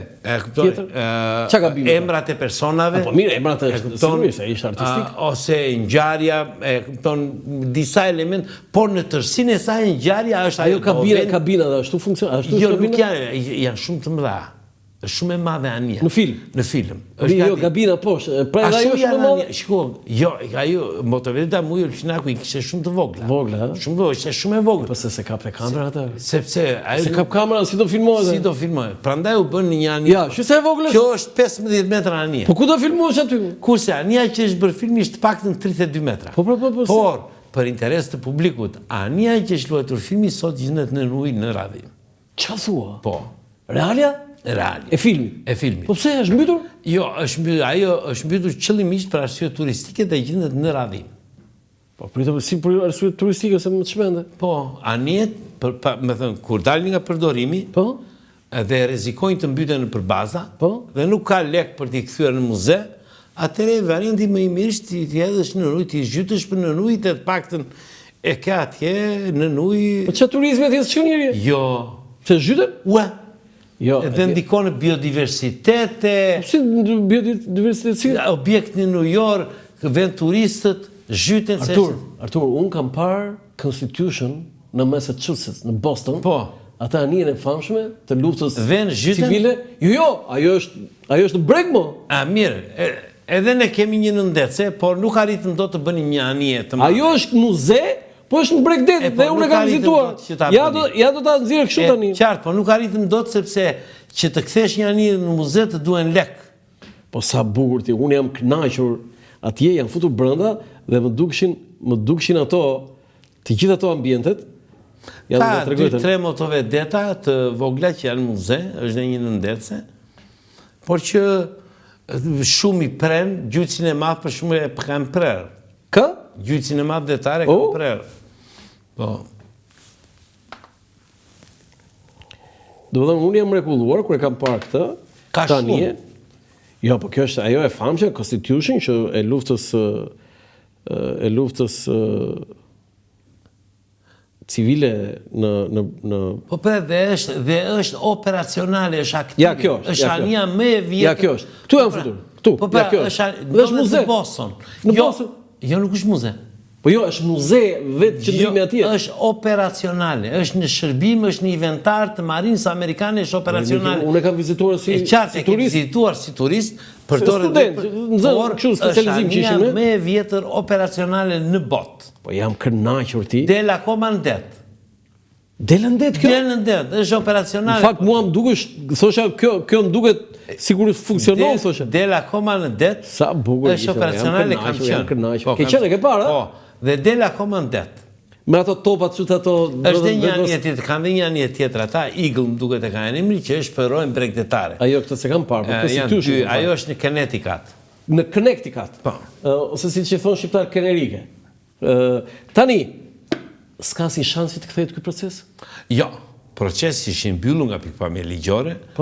E vetmja gjë është që britanikët, domethënë, duhet një lloj marrëveshje me Britaninë, një lloj konsensusi që të rihapet në marrëveshje dy parë, në marrëdhënie. Që do të thotë, vendimi ose konkluzioni i gjyqit sot ne nuk mund ta qenë saktë. Jo, prandaj unë them se si duhet jetë, ma thuaj sikur ti ishe ti gjykasi sot. Si duhet ta për mua Shqipëria nuk është përgjegjëse. Çfarë është Shqipëria? Për 22 dhjetori. Përgjegjëse kush është? Përgjegjëse për mua është Britania, sepse ai ishte i provokuar, ishte veprim, ishte provokacion. Po, përgjegjëse është Britania, po Shqipëria? Nuk ishte përgjegjëse, pse? Ja ta them unë. Minimi është bërë në territorin e Republikës së Shqipërisë. Në ujërat tona. Në ujërat tona, në bazë të konventave të Hagës të vitit 1907. Është në ujërat tona, jo në ujërat territoriale. Jo, është në ujërat tona, është në detin e Brëndshëm. Po, pra në detin e Brëndshëm. Ashtu. Dhe në bazë të konventave të Hagës të vitit 1907, shtetit Bregdeta... Se qa bëjmë ne me ujërat tona jo, i lejohet. Dhe ne ishim në situatë lufte me Greqin, kishte një kërcënim real nga Greqia për veprime luftarake, kishte kërcënim real, dhe por e vetmja gjë që ne shkelëm atë ditë që bëmë ishte që ne nuk bëm njoftimin ndërkombëtar. Ai që këtu ka minën. Ka zënë të minuar. Por mungesa e njoftimit që bëm neve nuk shkaktoi dëm, sepse nuk raj pa fajshmi në mina, raj fajshmi. Është një lloj kur ti vë korrent te gardi i shtëpisë dhe ti thua këtu ka korrent, nuk e vë për ajdutin, e vë për fëmijën që mund të hipi pa dashje. Apo i njeri që mund të hipi pa dashje, nuk e vë për ajdutin njoftimin. Dhe në rastin konkret, njoftimi nuk bëhet për atë që do shkeli... Po Jugoslavia? S'kanë si ata ishin në mbështetjen tonë. Pa ta s'kanë punë fare? Kanë nxjerrë gështenjat me duar tona. Shiko, okej, politikisht është tjetër gjë. Jo politikisht, po ai ka vënë. Unë po e gjykoj nga pikpamja ligjore. Nuk gjykohet juridikisht Jugoslavia? Jo. Sepse është bërë me kërkesë shqiptar. Shiko, në moment që... Po mirë, ti me kërkesën tënde, thua ti, hajde ti landi edhe të vete unë të vras njerin atje përse. Po është me kërkesën tënde. Një minut. Po ja mu fajtor. Nëse kërkesa është e lishme, dhe bëhet për para... Jo, këtu, prit një sekundë. Se këtu është penale përse. Jo, s'ka penale. Ka penale këtu. Pse që? Jugoslavia shkoj dhe konkretisht i minoj ajo. A i tha dhe a i lejoj dhe a i kërkoj pala shqiptari këtë çështje tjetër? Jo, është futur në teritorin e Shqipërisë me leje të qeverisë shqiptare. Dhe kjo e përjashton? E përjashton plotësisht. Jo, sepse veprimi, Artur, këtu jam dakord fare këtu. Është pa diskutim që autore është Jugoslavia dhe madhe ajo përgjithësi. Si ta shmang në Jugoslavia? Nëse shiko këtu, dhe kjo është e konfirmuar që është... Gabimi i shynit, do dhe vetëm kaq ne që kemi djeni. Jo, është brenda teritorit, shiko përgjegjësinë për teritorin e Republikës Shqipërisë e ka shteti shqiptar. Dhe anijet jugoslave nuk kanë hyrë pa leje. Nuk kanë hyrë pa leje. Dakord, po janë autorët minimit. Nuk janë autor. Në moment që anija ka hyrë në shtetin shqiptar, jenë në komandën e anijes sepse ka hyrë në teritorin tënd, e kontrollon ti situatën. I ke dhënë clearance për të hyrë në teritorin tënd. Të kryej veprime të tilla. Nëse Jugosllavi do të kryente këtë veprim, pa djeninë e shtetit shqiptar, përbën shkelje drejtësisë ndërkombëtare. Nëse e bën me porosi, me miratim të shtetit shqiptar apo me porosi, nuk përbën shkelje. Nga pikpamja e raporteve Shqipëri... Sa vjetë që bëjve në marin? 36 vjetë. Për çfarë krenohesh në ato 36 vjetë? Që e para që kam pasur dy që më ashu, e para kam bajtë një nivel profesional goxha të lartë. Jo, çka ke arritur për le? Çfarë ke arritur një gjë në marin? Çfarë kam arritur? E para njërë kam qenë për një marinar, detyra me lartë nuk është as komandi marinës shqiptare, as komandi distriktisht, komandania.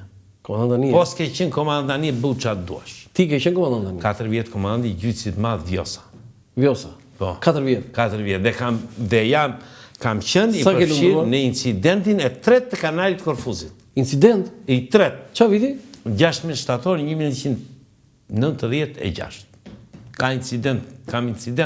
Me marinën Britani, me marinën greke. Greke? Po, do ta dërgojmë më mbrapa Po jo, prit frenojnë, ne jemi këtu të thotë ta dërgojmë më mbrapa. Po çfarë ndodhet me marinën greke?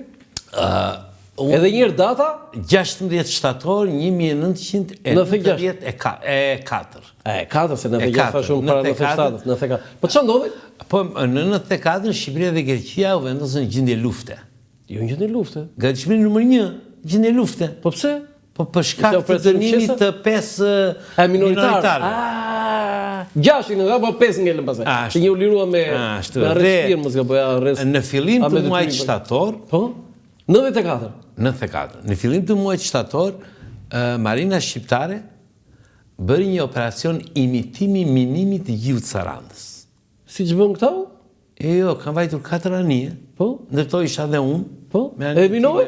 Nuk bëm minim, bëm imitim minimi. Imitimin? Sepse në fakt presidenti Berisha do të bënde minim, por komandi flotës në atë kohë i tha, mos nuk do bëj minimi, tha, se ne njëre minuam atë në 26 dhe 30 vjetë. Berisha dha urdhë për ta minuar? Po. Në tjetër vend ku u minua në Jo, do mbyllej me vi gjiu Sarandës, jo sipas asaj. Mbyllej vetëm gjiu Sarandës. Që mos vinë në anijet greke? Që mos futeshin. Po pse ato donin të futeshin? Sepse kishte dyshime që mund të zbarkonin. Një lloj si 46. Të zbarkonin anijet greke në Sarandë? Po, kështu. Po këtë pret prapë gjë. Na pushton te Greqia domethënë. Po. Dhe 94. Po. Do thon pas asaj që u quajt skandali i të pesëve. I të pesëve. Dhe minoritar. Po? Nuk u bë minim, u bë imitim minimi. Dhe çfarë ndodhi?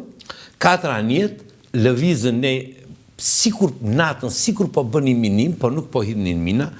Dhe ata të vëzhgojnë çfarë po bën ti dhe nga mënyra se si ti vepron ata kuptojnë që çfarë po bën. Dhe duket po ti jesh në Korfuz dhe ta shikosh në radar, duket një veprim sikur ti po bën minim në fakt.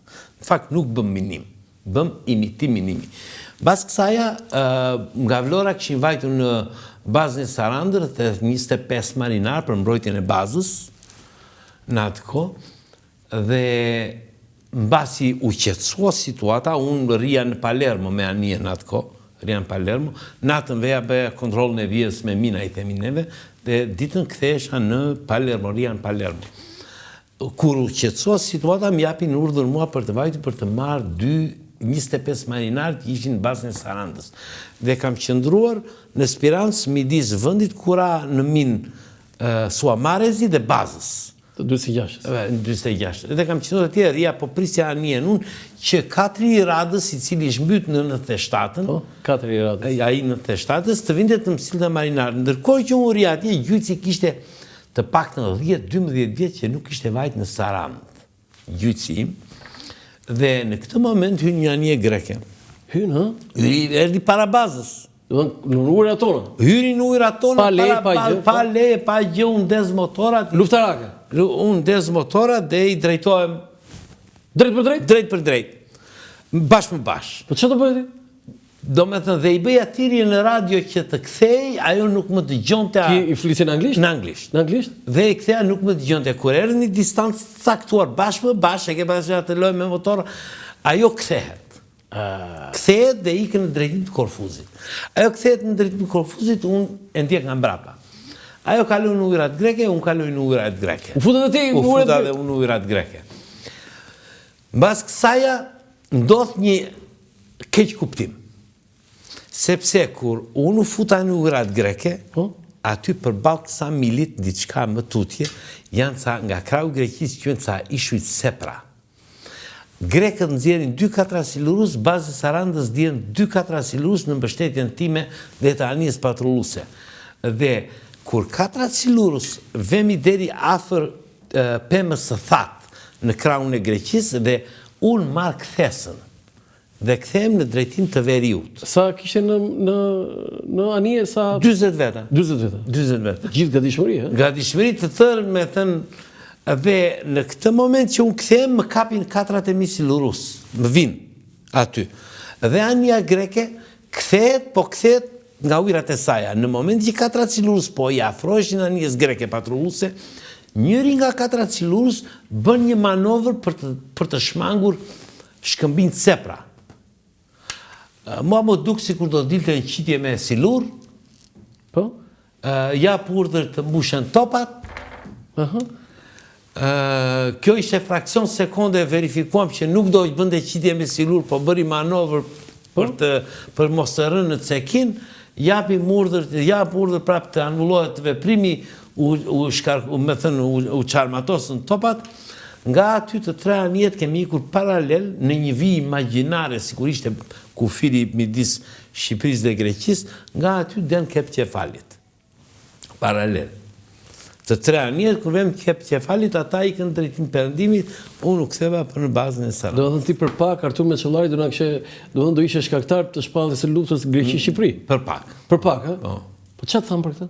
Thamë bravo apo të dënuar? Jo, pastaja këtë kishte dhënë që unë kisha hyrë në ujërat greke, kishte dhënë e të njëshi. E dha në televizion? E dha. Me filmim filmuar, dhe atë ditur vajta u ktheva në Saran, mora marinar dhe vi në darkë vonë, vi në Pashaliman. Kur vi në Pashaliman, kishte ardhur gjithë oficerët e budit Vlorës të kontrollonin, të bënin kontrol dokumentacionin. Që kisha hyrë apo s'kisha hyrë. Unë them kam hyrë. Ula me atë komandantin, ishte një burim mirë, ai komandanti i bazës, e i them unë gjë këtu, që unë kam hyrë, në ujërat greke është e verifikuar, por që ata hynë në ujërat tona, para se të hynë të kata, dhe kjo është e verifikuar. Por, gjithsesi i them unë se kuptoj pëse po bëni këndë se doni të merë një masë. Doni të merë një masë? Po. E i them unë, mi po para ca ditësh kishte hyrë një avion, kishte hedhur ca letra fletushka në Saran, dhe kur ishte kthyer në Greqi, thashe theme, thoshin që ishte dekoruar. Wow. Kështu thoshin, thashe theme, dhe i them unë nuk pres të manoj dekorat nga juve pse hyra në ujërat greke. Po arsye për të më dënuar nuk keni, ju them unë. Nëse, gjithsesi, si u mbyll? I njëjti komandant që kishte dhënë urdhër që mos të bëhej minimi, jep urdhër, ishte në flotë ai, jep urdhër që të mbyllet çështja. Po. Ishte komandant i flotës. Si quhet ky? Muharrem Kuçana, nga Tropoja. Duhet përshëndetur ai. Unë e përshëndeta Muharrem Kuçana, dhe sa që dalë përshëndet. Muharrem ti që ishte profesionist, Po ti që oficer, po. Dhe si u mbyll këtë çështje? U mbyll kaq. Ore Berisha thirrën zyra po? Jo. Ai mori vesh Berisha? Kam takuar ndonjëherë në jetën time me Berishën. Shiko, unë kur me sa të njeh unë, thosha ky ushtarak marine është i tillë me natyrën që ke që ky të çon në luftë, thosha unë. Ti e paskëçuar për pak Shqipërinë. Për pak po vdes. E paskëçuar Shqipërinë për pak në luftë, ë? Prandaj edhe morëm Kuçana që unë e përshëndes e mbylli çështjen. Në thënë dhe... Po kjo ishte me bukur se sa incidenti parë i kanalit Korfuzit? Do ta gjej, do ta dërgoj, kam të shkruar. E ke të shkruar, e? Ma dërgoj me shumë dëshirë, po ti duhet ta bësh libër këtë? Avash. Jo, avash. Unë në fakt kam shkruar datat historike të marinës shqiptare, gjitha datat, i kam të arkivuar. Jam duke punuar për historinë e marinës mbretërore. Po pse gjithë marinës apo? Jo, po shumë. Shiko, nuk mund të bëhet, është e pamundur të bëhet, sepse ti nuk futesh në detaje. Okej, do kemi raste tjera për të diskutuar për këtë historinë e marinës. Të falenderoj shumë. Edhe unë të falenderoj shumë. Të nderuar teleshikues, ky është emisioni im për sot nga Ora Lança Foku, mirupafshim.